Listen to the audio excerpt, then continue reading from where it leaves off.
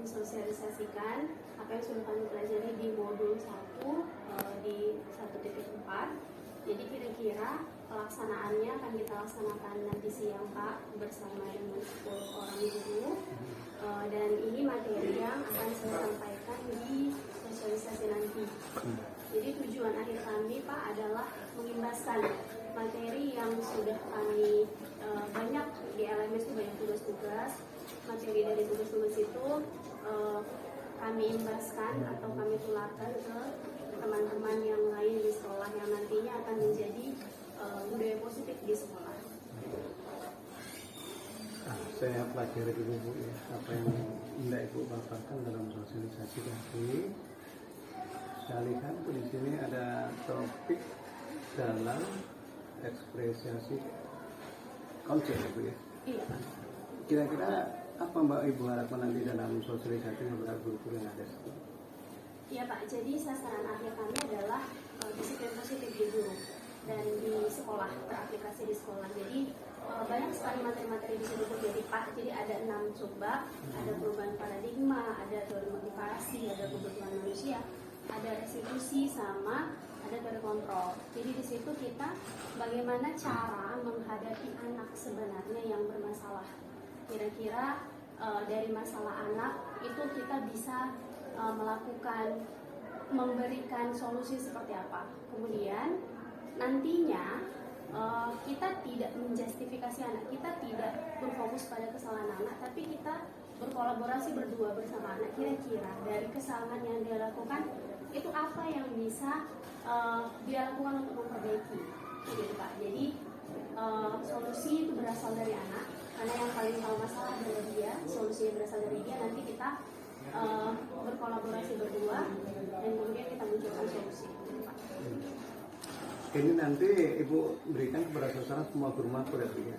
Iya Pak, rencana memang dibutuhkan 10 audiens Pak, boleh lebih. Boleh lebih ya.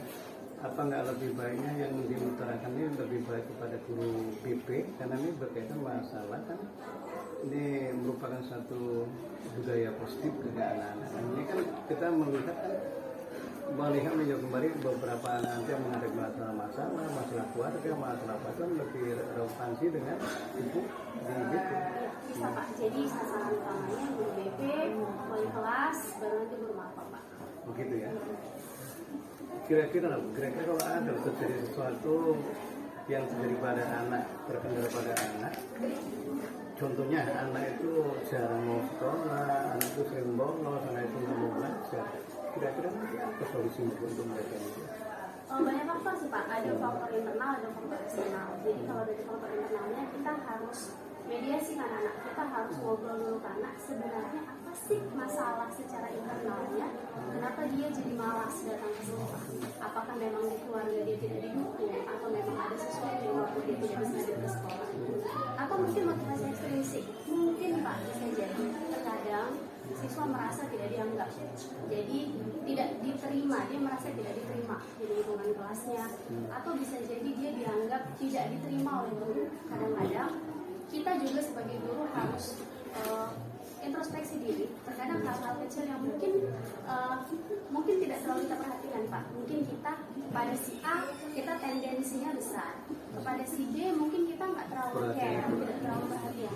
Bisa jadi itu yang membuat anak kayak males lah masuk di kelas ibu ini karena ternyata saya tidak terlalu diperhatikan begitu Pak. Jadi memang harus ada ngobrol 4 mata, artinya kita harus tahu sebenarnya kondisi dia di rumah seperti apa, kemudian kenyamanan dia di sekolah juga seperti apa. Jadi kalau menurut apa hemat Bapak dan Bu Susan, supaya nanti hasilnya itu lebih maksimal lagi, terutama ini dikaitkan dengan masalah wali kelas. Kita kan ada 14 kelas, 14 wali kelas. Kalau 10 aja masih kurang saya rasa Bu. Jadi lebih banyak, lebih baik dan lebih bagus dalam satu tindakan tertentu. Selain wali kelas, tiap BP kita ada 2 dilibatkan, dan juga dilibatkan pada beberapa guru makro yang dianggap anak-anak itu rawan. Terkadang kan anak itu jarang mau masuk pada makro tertentu, kenapa? Dia nggak simpati dengan gurunya, dia nggak suka dengan gurunya, sehingga dia mengambil jalan pintas. Lebih baik saya itu keluar cabut, lebih baik saya nggak belajar, lebih baik saya nggak datang, kan gitu Bu ya. Jadi kan orientasinya itu pembenahan ke dalam dulu, yang wali kelasnya juga bisa memberikan nanti motivasi pada anak-anak, bentuknya merupakan penghargaan atau punishment, hukuman kepada mereka itu bagi anak-anak yang memang melakukan kesalahan. Jadi setiap anak melakukan kesalahan, kalau dia itu nggak ditindak, nggak diberikan motivasi dengan bagus, anak itu nggak akan melakukan perubahan. Pasti dia itu akan melakukan terus-menerus kesalahan-kesalahan karena dia merasa tidak diperhatikan oleh guru wali kelasnya, guru BP-nya, atau guru mapornya. Jarang anak yang mau masuk pada guru-guru yang dianggap ekstrim bagi mereka itu untuk mengikuti pelajaran dengan bagus. Kalau dia itu sudah nggak mau mengikuti pelajaran dengan bagus, kalau dia itu sudah nggak senang sama gurunya, secara otomatis dia itu nggak akan bisa menerima materi dari gurunya. Kan gitu ya. Terima kasih Pak atas atensinya, dukungannya, dan nanti sosialisasinya direalisasikan nanti siang ya Pak bersama guru-guru. Boleh ya, saran saya libatkanlah semua guru-guru memang dianggap memang itu relevan dengan masalah ini, dan tularkan apa sudah keputusan oleh dari CGP itu kepada semua guru-guru sehingga pembenahan dari siswa itu lebih bagus. Terima kasih Pak. Sama-sama.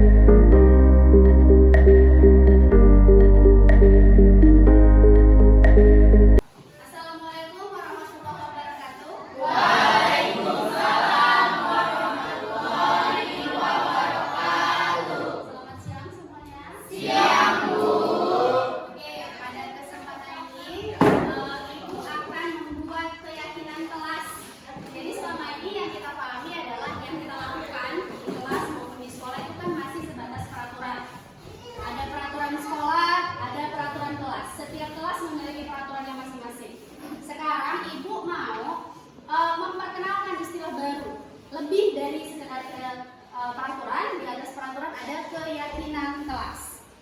Nah ini dia, kenapa nggak peraturan aja Bu? Kenapa harus keyakinan kelas? Ada beberapa studi di situ, ada beberapa studi kasus. Yang pertama, mengapa kita memiliki peraturan harus menggunakan helm bila mengendarai kendaraan roda 2? Kira-kira kalau Ibu tanya ke kalian, kenapa kita harus pakai helm ketika bermotor? Biar menaati peraturan. Ada lagi jawaban yang lain? Biar nggak ditilang Bu. Supaya aman. Jadi menjaga keselamatan itu dia. Oke, kemudian yang kedua, mengapa kita memiliki peraturan 3M?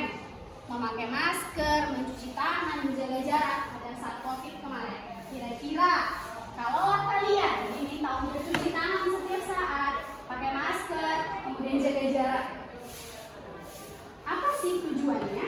Menjaga kesehatan lagi. Mencegah COVID lagi. Agar terjauh dari penyakit. Oke, lanjut. Mengapa kita memiliki peraturan harus datang tepat waktu saat mengikuti latihan atau saat mengikuti pelajaran di kelas? Jangan terlambat, biar nggak dihukum. Disiplin. Nah, dari pernyataan kalian itu tadi, kita bisa bedakan mana yang motivasi intrinsik, mana yang motivasi ekstrinsik. Intrinsik itu berarti kesadaran diri. Sementara ekstrinsik adalah kira-kira kalau saya nggak ngelakuin ini sanksinya apa ya? Kira-kira kalau saya nggak ngelakuin ini konsekuensinya apa ya? Mana yang lebih bagus? Kita sadar diri untuk pakai helm, kita pakai masker, dan kita datang tepat waktu, atau karena kita takut kena hukum, maka kita melakukan semua itu? Kesadaran diri. maka itulah tujuan dari keyakinan kelas. Kita sama-sama menyadari bahwasanya keyakinan kelas itu adalah sesuatu yang sama-sama disepakati untuk kita bersama, untuk kebaikan kita bersama. Bukan sekedar peraturan yang kalau nggak dilakukan atau kalau dilanggar kena sanksi. Oke, sekarang kita kan punya peraturan kelas. Punya ya?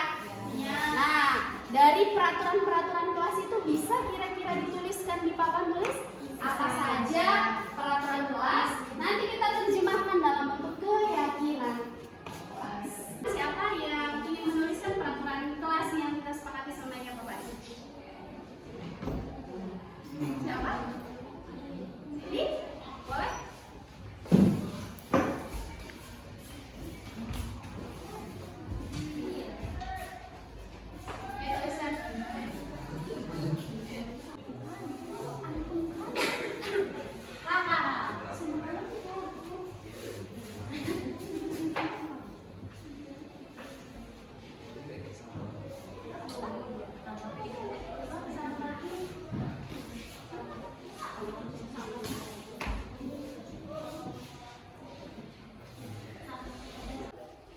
Oke, next siapa lagi yang mau menuliskan? Ya, silakan Kak.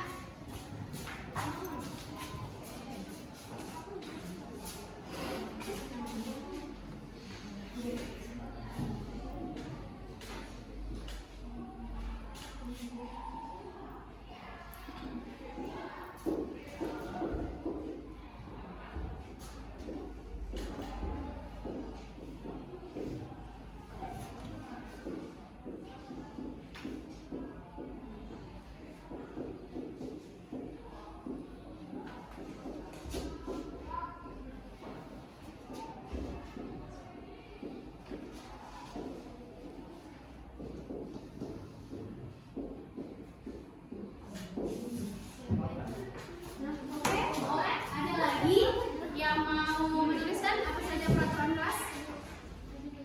Boleh, silakan. Siapa?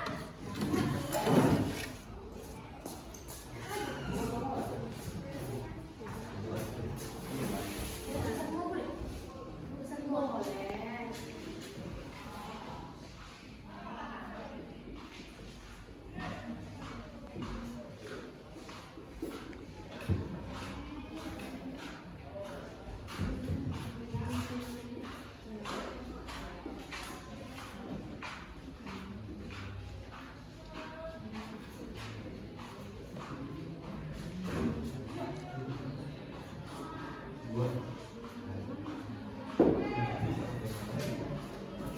Oke, sudah lagi? Ini, silakan. Ya, bentar ya, Kak.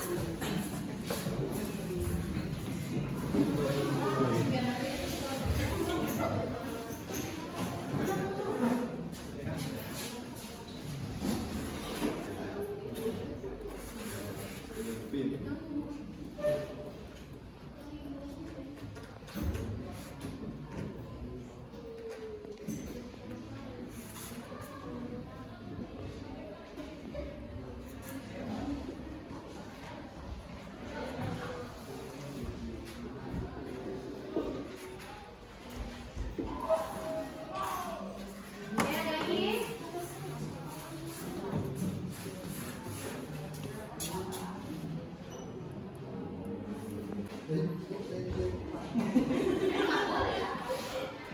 Nggak boleh main HP.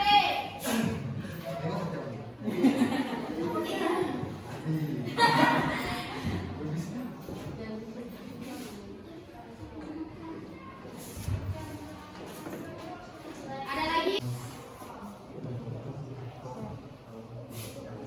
Oke, sudah. Ada lagi yang ingin menambahkan? Tas? Oke, Bang Rian, silakan.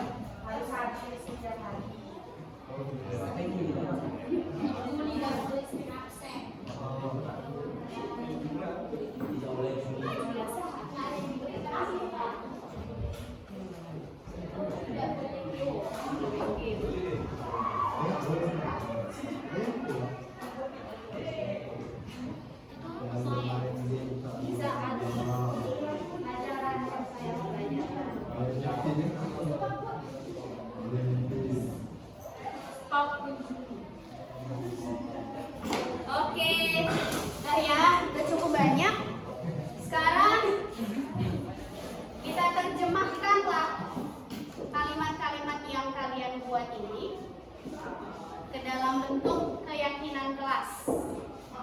Ya, keyakinan kelas ini sifatnya lebih universal, dia bisa include ke banyak hal. Tidak boleh makan di dalam kelas saat jam pelajaran. Berarti apa keyakinan kelasnya? Menghargai orang lain, menghargai dan menghormati orang lain. Next, sebaiknya jangan tidur di dalam kelas saat jam pelajaran sedang berlangsung. Disiplin dan menghargai.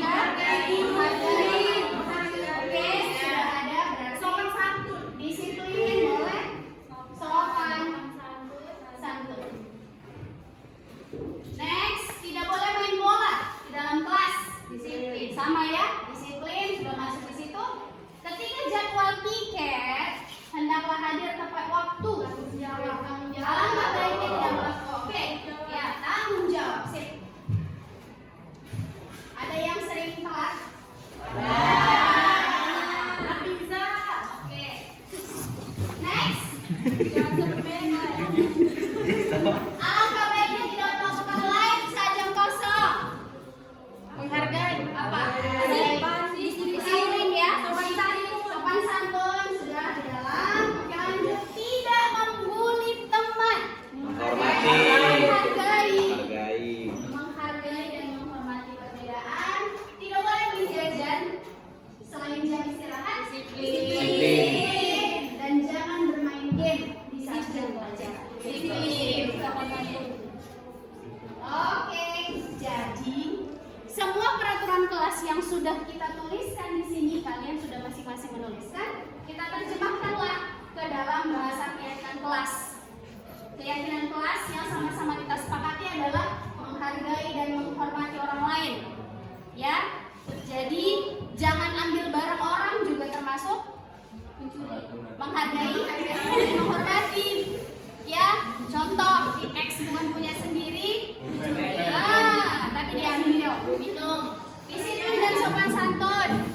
Ya, melaksanakan segala sesuatu sesuai waktunya. Jam istirahat, silakan jajan pas waktu belajar di dalam kelas. Oke. Tanggung jawab. Yang paling dekat dengan tanggung jawab adalah piket kebersihan. Ya, mengerjakan tugas sesuai waktunya, itu tanggung jawab. Jadi bertanggung jawab atas tugas yang sudah diberikan kepada kita. Oke? Oke, inilah keyakinan kelas yang sudah kita buat sama-sama. Nah, kira-kira dari keyakinan kelas ini apakah kalian, kita semuanya sudah sama-sama sepakat? Sepakat!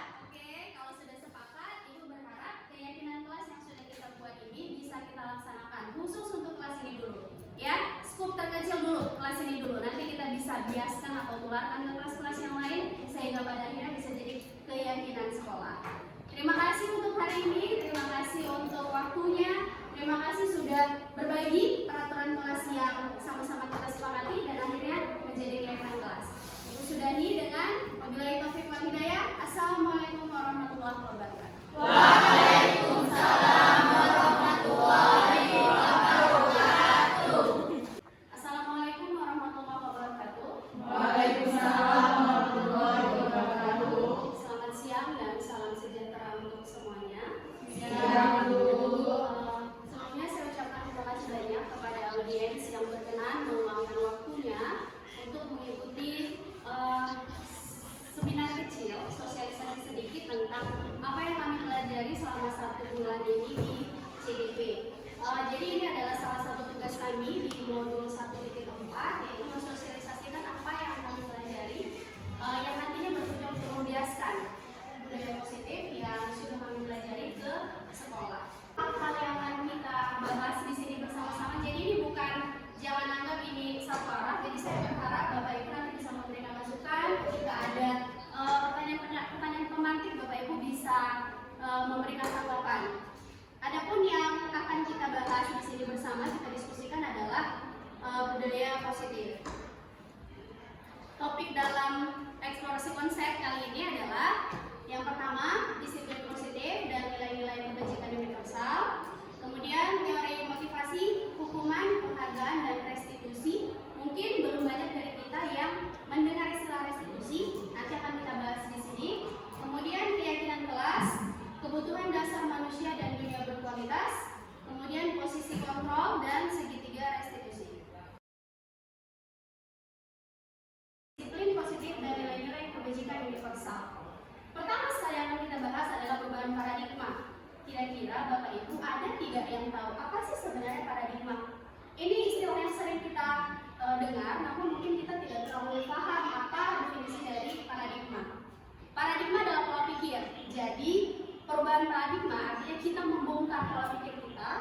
yang mungkin awalnya pola pikir kita beranggapan bahwasanya sekolah itu senternya student. Kalau perubahan paradigma adalah student center, jadi semua pembelajaran berfokus pada siswa, tapi masih banyak juga yang berfokus pada guru. Nah, saya mau kita semua melakukan ini. Jadi ada sedikit refleksi kita lakukan. Kegiatan kepalan tangan. Ada A dan B. Sobat kelas cari kertas, ini praktisnya. Tuliskan benda atau sesuatu yang sangat berharga untuk Anda. Letakkan di satu tangan Anda dan genggam dengan segala daya. Buatlah sebuah kepalan. Nah, teman yang B akan mencoba dengan sekuat tenaga berbicara kepada Anda, bisa membujuk, mengancam, menghardik, merayu, menyuap apa saja supaya kepalan tangan Anda dibuka. Kira-kira apa yang Anda lakukan ketika sesuatu yang sangat berharga dengan daya upaya sekuat tenaga kita pegang, namun ada orang yang membujuk kita untuk membukanya? Kira-kira? Ya. Kalau saya ketika sesuatu yang berharga dan saya kepang itu, walaupun nanti ada teman saya membujuk atau kenapa, saya tidak akan membuka kepalan ini. Artinya posisi kontrol kita membuka atau menutup ada di siapa? Ada di kita atau ada di teman? Kita ada di kita. Nah, itulah slide berikutnya. Jadi kita beranggapan bahwasanya kita terpengaruh oleh apa yang dikatakan orang. Orang melabelin kita jadi terpengaruh dengan apa yang dilabelin orang. Padahal yang paling tahu siapa diri kita adalah kita sendiri. Nah, jadi posisi kontrol atau ini ada paradigma stimulus respon, teori kontrol dan teori pilihan. Yang tadinya kita beranggapan stimulus respon, kita mencoba mengubah orang agar berpandangan sama dengan kita. Kita sering, jadi bahasanya cari teman. Kita sering, misal kita punya satu pikiran, terus kita sharing ke orang yang lain, kita berpikiran agar kita bertujuan agar orang lain menyetujui apa yang kita pikirkan. Padahal sebenarnya teori kontrol yang seharusnya kita pegang, apalagi kita seorang guru, adalah kita berusaha memahami pandangan orang lain tentang dunia. Jadi ternyata kita paham bahwasanya pikiran orang itu majemuk. Kita tidak bisa memaksakan apa yang kita pikirkan terpatri di pikiran orang. Yang ada adalah kita harus berusaha memahami pandangan orang lain tentang dunia. Jadi tidak hanya satu versi kita, tapi banyak versi. Majemuk bisa membentuk suatu perubahan yang luar biasa. Kemudian yang kedua, selama ini apalagi siswa, ketika dia melakukan sesuatu yang salah, kita langsung menghukum. Ya, biasanya ada di peraturan sekolah. Sementara menurut teori kontrol, semua perilaku memiliki tujuan. Dia melakukan itu karena ada sesuatu yang tidak dia dapat. Biasanya semuanya itu punya alasan dan punya tujuan. Orang lain bisa mengontrol saya, itu tadi. Kita jadi terpikir atas orang lain pikir. Jadi kita butuh validasi orang. Kita melakukan sesuatu butuh validasi orang lain. Kira-kira orang lain itu bisa mengontrol saya atau tidak? Padahal sesungguhnya adalah hanya kita sendiri yang bisa mengontrol diri kita sendiri. Tadi seperti genggaman tangan, ketika kita mau, kita bersedia dibujuk, maka akan kita buka. Tapi ketika kita dengan kekeh menganggap bahwasannya ini kontrol saya, sesuatu yang sangat saya perjuangkan, maka tidak mungkin saya buka, itu adalah kontrol kita sendiri. Jadi ketika kita menganggap bahwasannya diri kita tidak akan membuka, maka orang lain berupaya seperti apapun tidak akan pernah berefek pada kita. Pemaksaan ada pada saat bujukan gagal. Kita sering bujuk orang, ternyata bujukan kita gagal, maka kita kasih paksaan. Contoh peraturan, halus kita berikan kepada anak, ternyata nggak ngefek, maka akan kita kasih sanksi dan konsekuensi. Baru itu akan ngefek. Jadi pemaksaan ada pada saat bujukan gagal. Sementara seharusnya adalah kolaborasi, kerjasama antara siswa dengan guru dan konsensus. Konsensus itu adalah kesepakatan, menciptakan pilihan-pilihan baru. Jadi kita sepakat dengan anak. Kira-kira kalau apa yang dia lakukan salah, apa konsekuensinya? Kemudian model berpikir menang kalah. Selalu ada yang kalah dan selalu ada yang menang. Sementara di kontrol, win-win solution, dua-dua menang. Jadi model berpikir menang-menang. Ini ada diagram yang nantinya akan kita bahas secara keseluruhan. Kita lanjut ke makna disiplin. Nilai-nilai kebajikan universal. Nilai kebajikan adalah sifat-sifat positif manusia yang merupakan tujuan mulia yang ingin dicapai setiap individu.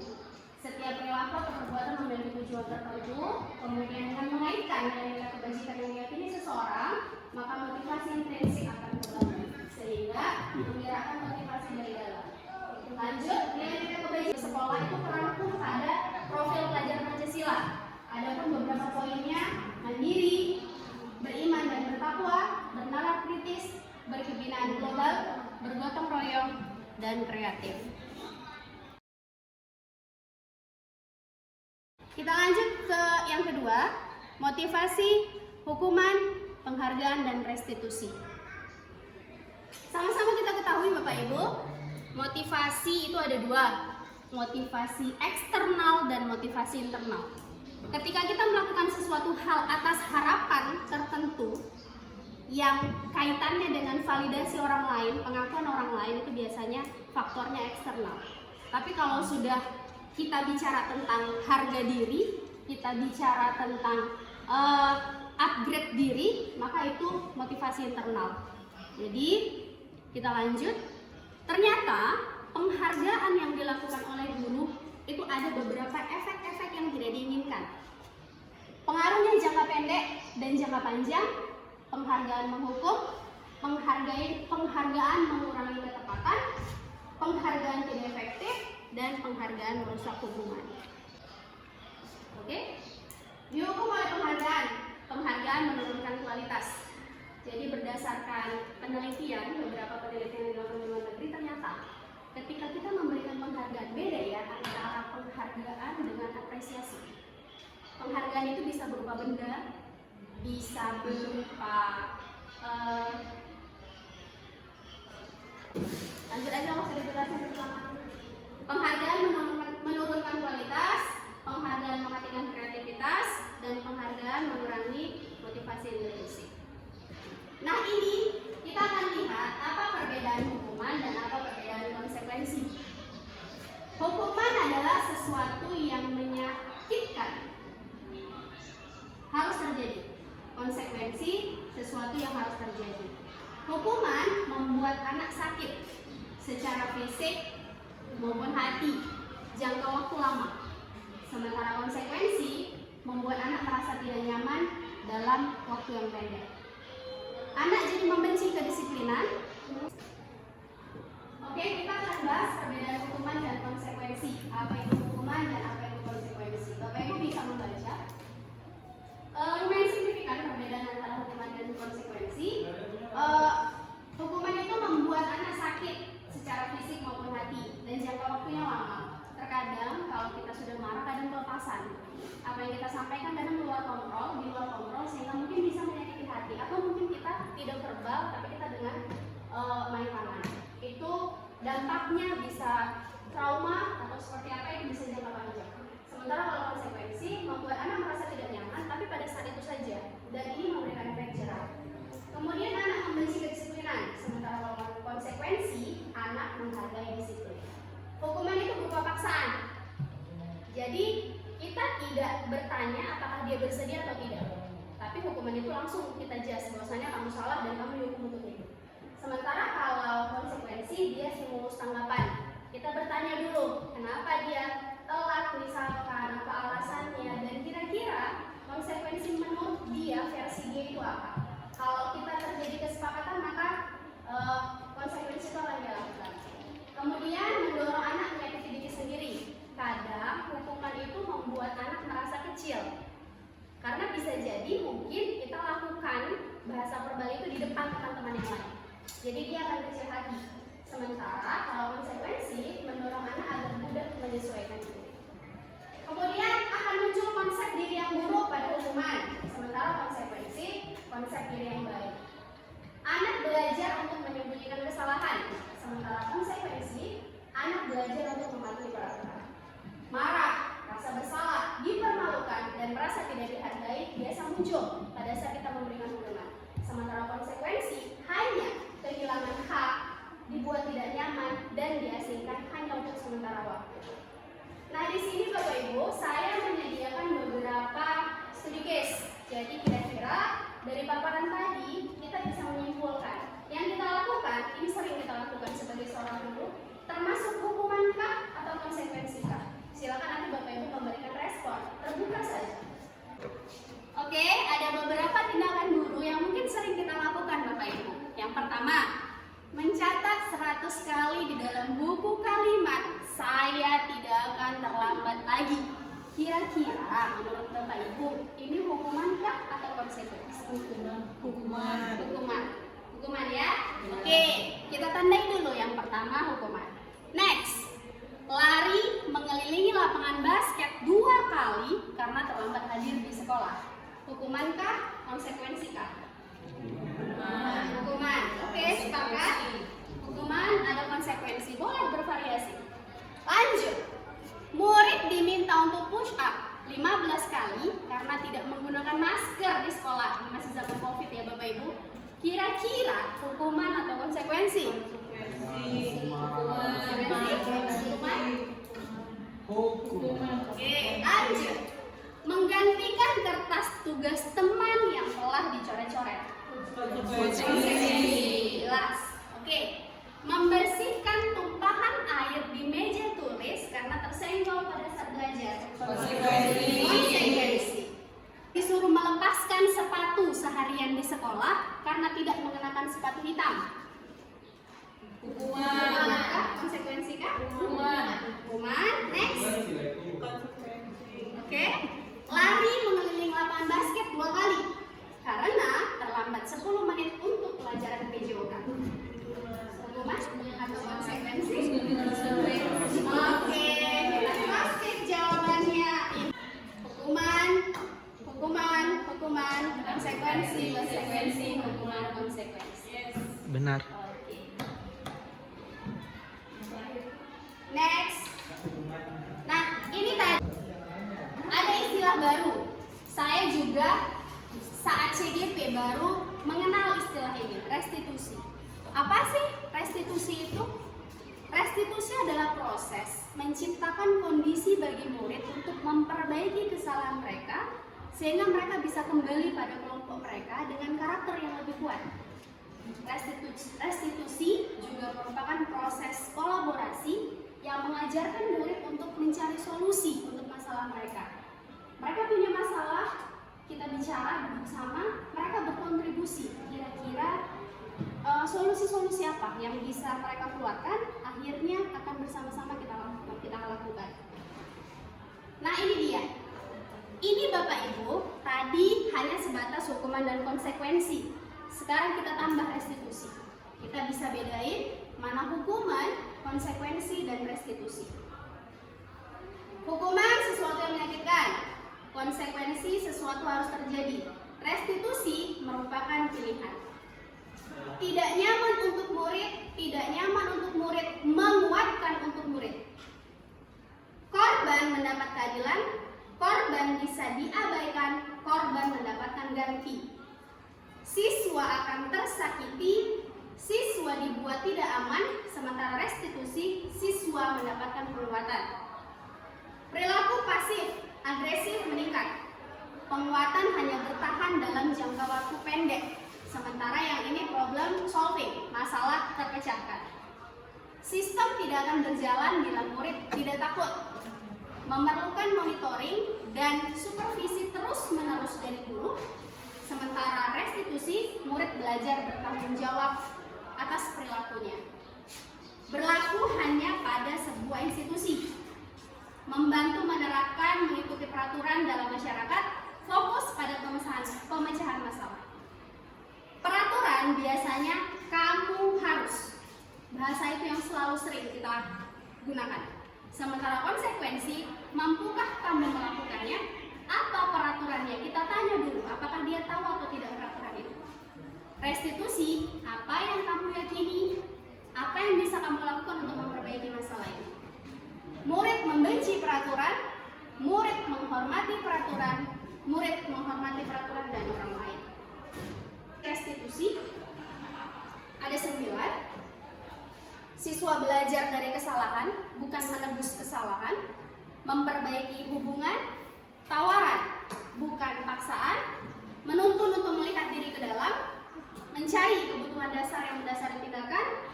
Kemudian cara yang paling baik, fokus pada karakter bukan tindakan, fokus pada solusi bukan hukuman, dan mengembalikan murid yang berbuat salah pada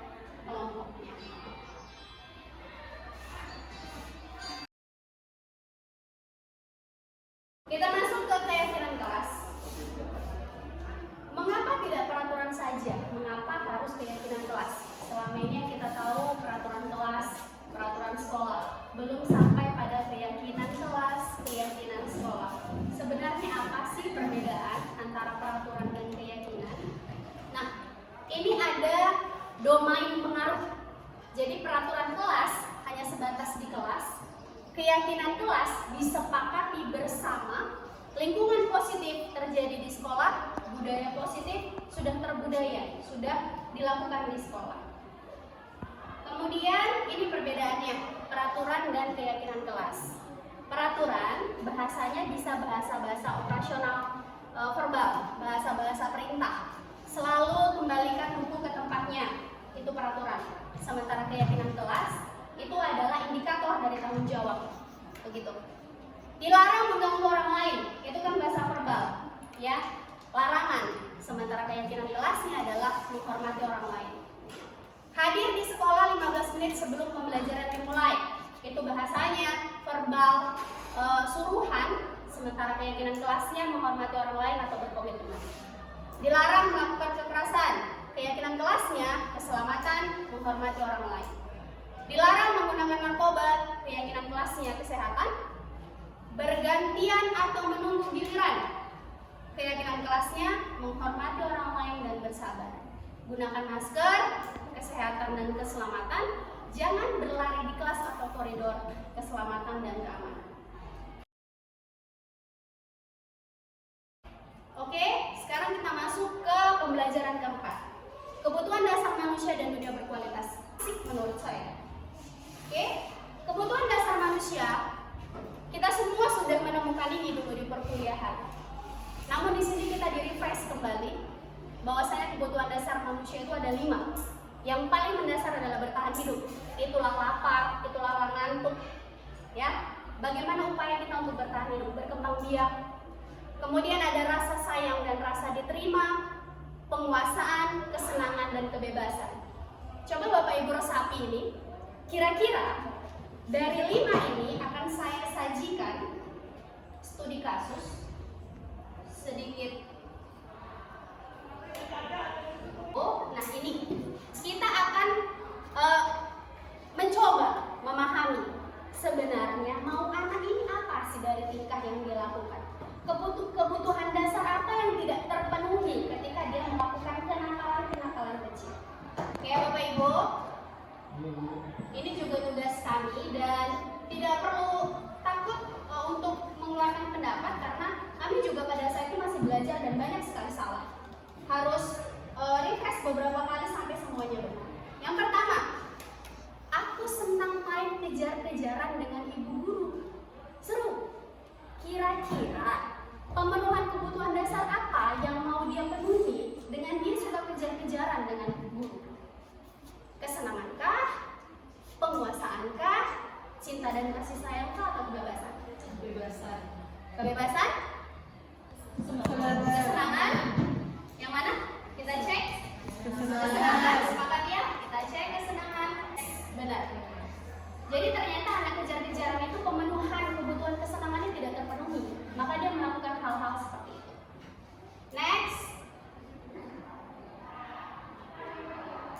Ada ini. Dinda, seorang anak kelas 3 SD. Begitu tiba di rumah sepulang sekolah, menangis dan mengadu pada ibunya bahwa dia benci pada Bu Rani.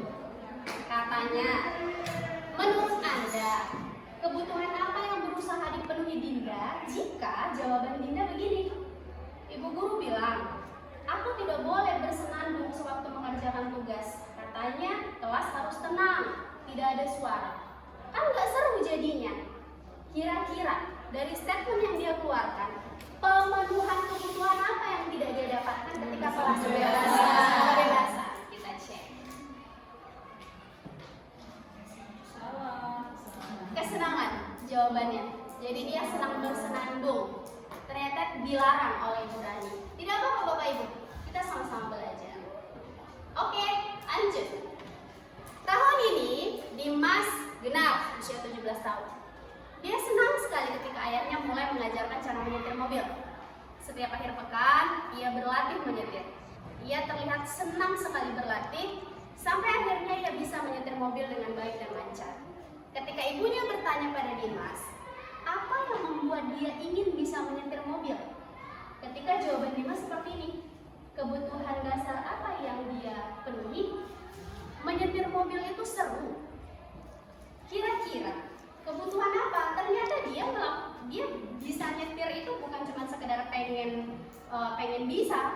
ternyata alasan dasarnya adalah menyetir mobil itu seru.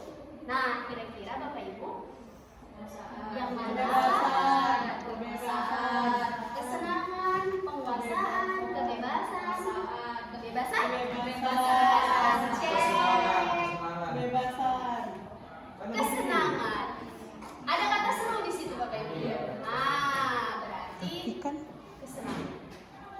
Oke, ini ada statement berikutnya. Ternyata Dimas buat statement lain. Biar bisa jalan-jalan naik mobil sama teman-teman. Kalau ini yang mana? Kalau yang tadi naik mobil itu kebebasan. Biar bisa jalan-jalan kebebasan. Ternyata dia pengen dianggap sama teman-teman. Dengan cara dia ngajak teman-temannya. Oke. Oke, ada 5 posisi kontrol. Ini dia. Ada 5 posisi kontrol yang dilakukan oleh guru. Ini aplikasinya di sekolah. Ada penghukum. Coba kira-kira nanti kita sering melakukan sebagai posisi kontrol apa? Ada penghukum, ada pembuat orang merasa bersalah, ada sebagai teman, ada pemantau, atau sebagai manajer. Kalau penghukum biasanya menghardik, menunjuk, kamu udah salah, kamu begini, kamu terlambat. Gaya bicaranya, kalau kamu tidak melakukannya, awas ya, itu penghukum. Contoh, lari. Kalau misalkan saya lihat nggak lari, awas ya. Tuh. Hasilnya memberontak, menyalahkan orang lain dan berbohong. Banyak kan yang anak-anak harusnya melingkar, ujungnya dia jadi nyelip-nyelip. Hasilnya dia pasti berbohong. Kemudian murid meletakkan guru di luar dunia berkualitas, dia nggak akan senang sama kita. Jadi dalam bayangan dunia berkualitas menurut dia, versi dia, kita nggak ada. Karena kita bukan sesuatu yang bisa menghargai dia sebagai seorang manusia. Artinya dia tidak akan menganggap kita sebagai sosok orang yang dijadikan panutan. Mengulangi kesalahan, dia nggak akan jerat, cuman larinya 2 kali, besok 2 lagi. Membuat orang merasa bersalah, siapa yang sering begitu? Ceramah, terus ujungnya seharusnya nak. Sering begitu kan? Atau ibu kecewa sama kamu, padahal kemarin kan udah bagus, kenapa sekarang diulang lagi? Tuh, lanjut. Kamu seharusnya begini. Kamu sudah tahu, ibu lelah sekali mengatakannya, ibu stres. Gitu, biasa di rumah nih, kalau udah penat sama anak-anak, kalau nggak paham-paham ya stres ibu. Kemudian menyembunyikan atau menyangkal dan berbohong. Murid meletakkan guru di dalam dunia, kita diletakkan di dalam dunia. Karena biasanya bahasa yang kita beri itu bukan bahasa yang mencerca, menghardik, menunjuk-nunjuk, ceramah. Ya biasanya nada bicaranya rendah tapi nekan. Kemudian murid berkata, maafkan saya ya bu. Kemudian merasa rendah diri. Nah ini teman, mungkin Pak Dede ini biasanya menganggap teman sama siswa-siswa. Membuat alasan-alasan untuk murid. Kemudian bahasanya, ayolah, seperti teman. Ayolah, lakukan demi ibu. Masa kamu nggak mau? Ingat nggak ibu pernah bantu? Bahasanya seperti teman, ayolah. Kemudian siswa jadi ketergantungan. Kenapa? Karena dia merasa nyaman. Ketika dia buat salah dan si guru ini menganggapnya sebagai teman, dia akan merasa nyaman hanya dengan guru itu. Ketika guru yang lain membuat dia merasa bersalah, dia nggak akan nyaman. Jadi biasanya ketergantungan. Dia akan tergantung hanya dengan guru yang sama, yang memperlakukan dia sebagai teman. Kemudian murid meletakkan guru sebagai orang yang sangat penting di dunia berkualitas karena dianggapnya kita pahlawannya. Ya, dianggapnya kita pahlawannya. Kemudian murid akan berkata, saya pikir bapak atau ibu teman saya. Ternyata begitu. Nah dampaknya adalah murid itu lemah, tidak mandiri sama tergantung. Dia akan tergantung sama guru yang itu saja. Pemantau, siapa di sini yang begitu? Menghitung, mengukur. Itu biasanya skala prioritasnya. Peraturannya apa? Kamu kan udah langgar peraturan kan? Kita tanya konsekuensi. Kamu udah tahu kan peraturannya apa? Jadi apa konsekuensinya? Itu pemantau. Kemudian menyesuaikan diri bila diawasi. Kalau diawasi aja dia akan nurut manut. harus kontrol lagi. Kemudian murid meletakkan guru, peraturan dan hukum itu di dunia berkualitas. Dan biasanya murid akan berkata, berapa banyak bintang yang saya peroleh. Jadi dia butuh sesuatu karena penghargaan. Berapa banyak bintang yang saya harus peroleh, atau berapa halaman yang harus saya tulis. Kemudian menitik beratkan pada sanksi atau hadiah. Jadi kalau saya lakukan ini apa sanksinya? Kalau saya lakukan ini apa hadiahnya? Manajer, ini sebenarnya tujuan utama dari CGP. Mengajukan pertanyaan-pertanyaan, apa yang kita yakini? Pertanyaan gurunya. Apa yang bisa kamu kerjakan untuk memperbaiki masalah ini? Kita mengajak siswa. Kira-kira setelah kamu melakukan kesalahan, apa yang bisa kamu lakukan untuk memperbaiki kesalahan ini? Jadi kita tidak menjustifikasi, kita nggak judge dia. Kemudian hasilnya menguatkan pribadi. Murid meletakkan dirinya sebagai individu yang positif dalam dunia berkualitas, dan murid akan berkata, bagaimana ya caranya saya bisa memperbaiki keadaan? Maka dampaknya adalah dia mengevaluasi diri, tidak tertekan. Bagaimana cara dia memperbaiki diri? Oke, saya lihat secara langsung. Oh, seperti ini ternyata 5 posisi kontrol itu. Kontrol itu adalah 1. Posisi penghukum, 2. Posisi pembuat rasa bersalah, 3. Posisi teman, 4. Posisi pemantau atau monitor, dan 5. Posisi manajer. Untuk lebih memahami kelima posisi tersebut, mari kita saksikan kasus Naren yang terlambat hadir.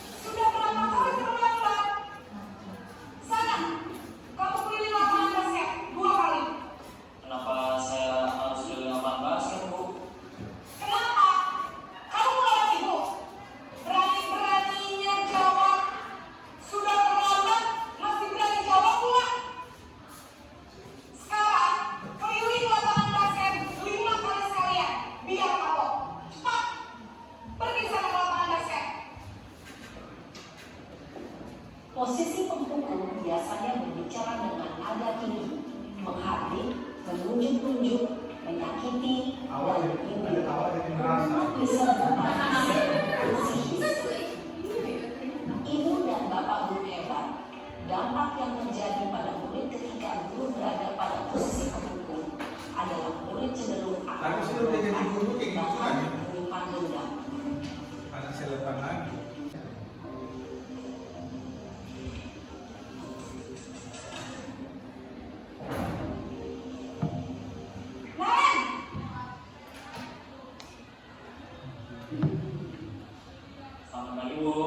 Naren, kamu kenapa terlambat lagi, nak?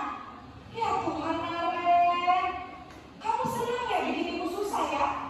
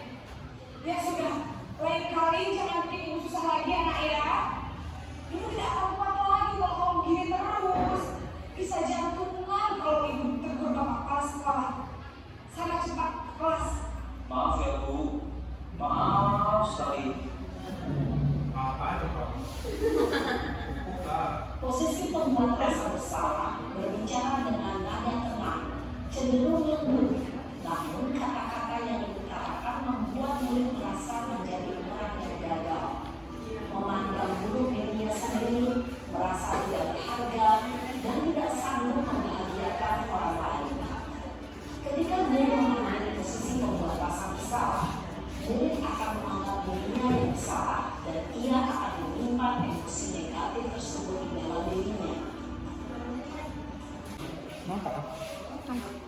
Jadi aja, kalau kita kok bilang. Wah, sudah jam berapa ini, Nak? Berapa lagi ya, sayang? Iya Bu, habis ibu saya lupa memaafkan saya Bu. Kamu malah menyalahkan ibu kamu. Kamu bukannya anak yang paling kencang. Kok terlambat sih? Iya Bu, saya memang terlambat banget tadi. Jadi biarpun saya lari kencang, tetap gak kekejar Bu. Ya sudah, sayang. Nanti lain kali larinya lebih kencang lagi ya. Biar gak terlambat lagi. Bikin seneng ibu. Demi ibu. Bisa kan? Bisa Bu. Lagi urusan masuk sekolah, ibu beresin urusan absen kamu. Kamu ini ada saja. Saya berani. Dalam sisi teman, guru berbicara dengan nada suara ramah, akrab, cenderung bersenda gurau untuk menjaga suasana tetap santai. Murid akan merasa senang, aman, dan akrab dengan guru. Identitas yang tercipta adalah identitas sukses atau berhasil. Namun, perlu diingat, karena ini masih dorongan eksternal, maka ada faktor ketergantungan dari murid kepada orang tertentu. Di sini perlu absennya, sehingga dari waktu murid bisa berperilaku baik, namun hanya kepada orang-orang tertentu saja. Udah Bu.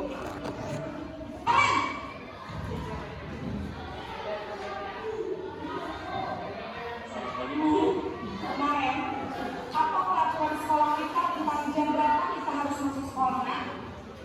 Kita harus di sekolah jam 7 Bu. Iya betul, sekarang sudah jam 7.20. Nah, sudah tahu konsekuensinya terlambat tadi.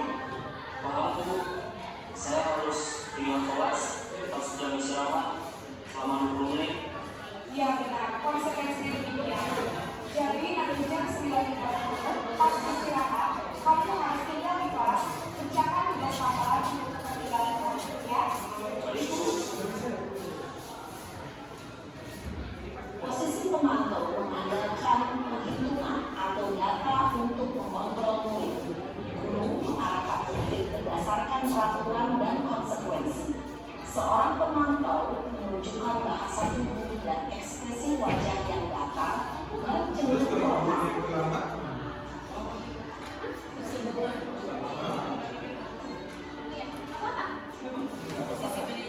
Bu, kalau dulu yang kenapa?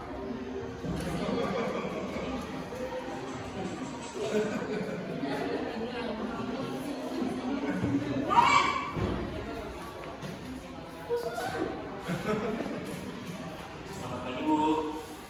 Selamat pagi, Naren. Maaf Bu, saya terlambat. Iya, sekolah masuknya jam 7, sekarang udah jam 7.20. Jadi sekarang bagaimana ya, Naren? Maaf Bu, saya lupa sama anak saya semalam. Baiklah, menurut kamu, keyakinan sekolah yang mana yang kamu lihat? Menghargai diri sendiri dan orang lain mungkin ya Bu. Setuju. Jadi, apakah Naren meyakini prinsip saling menghormati tersebut? Iya Bu, saya meyakininya. Apakah Naren bersedia memperbaiki masalah keterlambatan ini? Bersedia Bu. Bagaimana kamu akan memperbaiki masalah keterlambatan ini? Saya akan coba untuk tidak lupa menyetel alat saya Bu. Baik, kalau Naren mau mengenal alatmu di rumah, ada orang yang kira-kira bisa bantu mengingatkan tidak?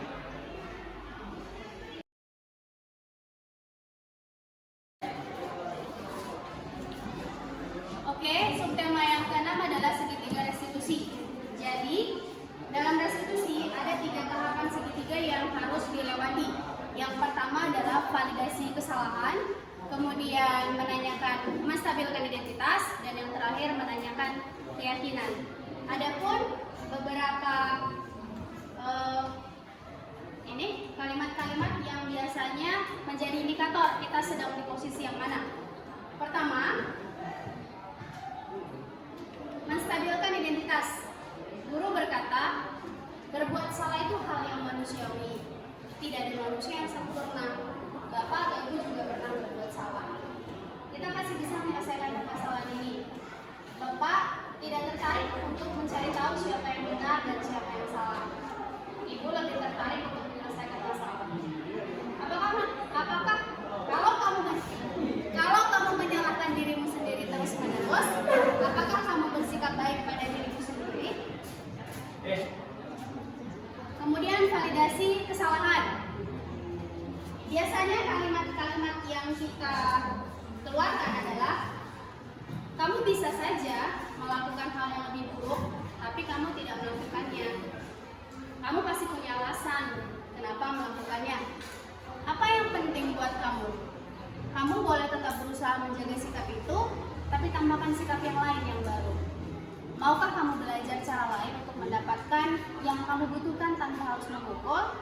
Apakah kamu bisa melakukan dengan baik besok lagi? Dan yang terakhir, menanyakan keyakinan. Apa nilai yang kita percayai di kelas? Kemudian kelas yang ideal itu seperti apa?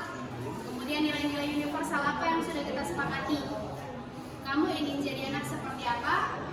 Apa yang kamu rasakan ketika kamu melakukan itu? Kamu menjadi orang yang seperti apa? Nah, di sini saya juga akan menampilkan video. Ada video segitiga restitusi yang video ini adalah video saya sendiri, video yang sudah kami buat.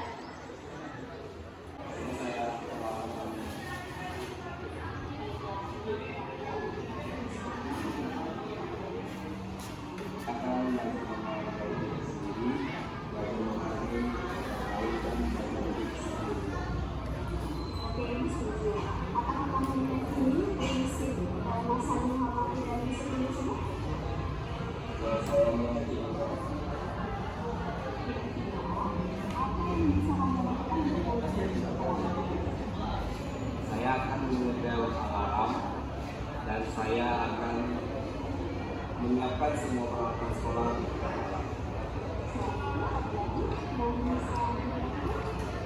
Saya akan tidur lebih cepat dan menyuruh orang tua saya Rabu setelah pulang sekolah saya akan menyetel alarm dan pada malam saya akan menyiapkan peralatan sekolah. Baiklah, demikian paparan hari ini. Saya membagikan destinasi apa yang saya pelajari selama beberapa bulan menjalani CGP. Banyak hal yang saya pelajari dari semester 12 dan banyak mengungkap mindset saya tentang seperti apa guru seharusnya, seperti apa kita menghadapi murid pada saat menghadapi kesalahan. Banyak sekali perkembangan. Begitu pula, itulah yang diharapkan dari CGP ini. Kami sebagai CGP bisa mengeluarkan, bisa mengimbaskan apa yang kami pelajari ke lingkungan sekolah dan pada akhirnya akan menjadi disiplin positif di sekolah. Terima kasih untuk perhatiannya, terima kasih untuk waktunya dan teman-teman. Saya sudah dengan wabillahi taufiq wal hidayah. Assalamualaikum warahmatullahi wabarakatuh. Bismillahirrahmanirrahim. Assalamualaikum warahmatullahi wabarakatuh. Saya Dr. Andes Haji Ari Dharma, Kepala SMA Negeri 1 Selepan, Kabupaten Langkat, mengucapkan banyak ribuan terima kasih kepada Ibu Susan Ardianingsih MPD yang merupakan salah satu calon guru penggerak yang berasal dari SMA Negeri 1 Selepan. Dalam hal ini Ibu Susan telah menerapkan salah satu kebiasaan yang baik, di antaranya itu adalah budaya positif kepada seluruh rekan dewan guru yang ada di SMA Negeri 1 Selepan dengan cara memberikan sosialisasi. Apabila semua rekan dewan guru sudah menerapkan kebiasaan baik budaya positif pada lingkungan masing-masing, baik di sekolah maupun di masyarakat, kemudian selanjutnya Bapak Ibu rekan dewan guru tadi melanjutkan kebiasaan baik tadi kepada seluruh warga sekolah termasuk para siswa-siswanya. Oleh karena itu saya yakin dan percaya bahwasanya kedepannya SMA Negeri 1 Selepan kedepannya jauh lebih baik. Demikian saya ucapkan terima kasih. Billahi taufiq wal hidayah. Assalamualaikum warahmatullahi wabarakatuh.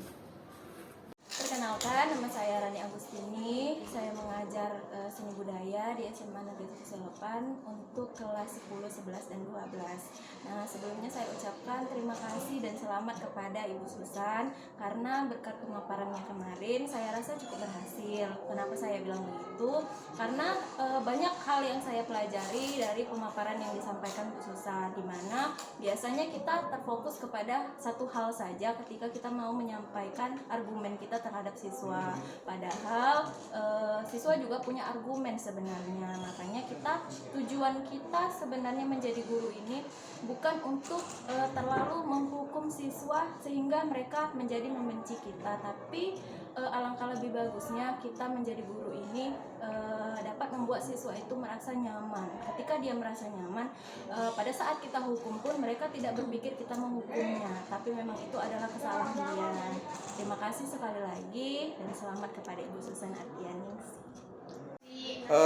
Pendapat saya itu tanggapan saya mengenai sosialisasi yang diberikan oleh Bu Susan mengenai CGP pada beberapa hari yang lalu itu sangat positif, sangat menarik. Kenapa? Karena ya dari situ saya sendiri terus banyak belajar bagaimana menjadi seorang guru yang paham benar tentang siswa, paham benar tentang kondisi siswa, dan paham benar apa yang harus kita lakukan dan apa yang harus kita kerjakan supaya siswa itu juga benar-benar bisa menghargai kita jadi seorang guru. Jadi dengan adanya sosialisasi tersebut, saya pikir ya sangat berdampak positif untuk semua guru, terkhususnya yang ada di SMA Negeri 1 Selepan. Saya rasa itu saja yang bisa saya sampaikan. Terima kasih.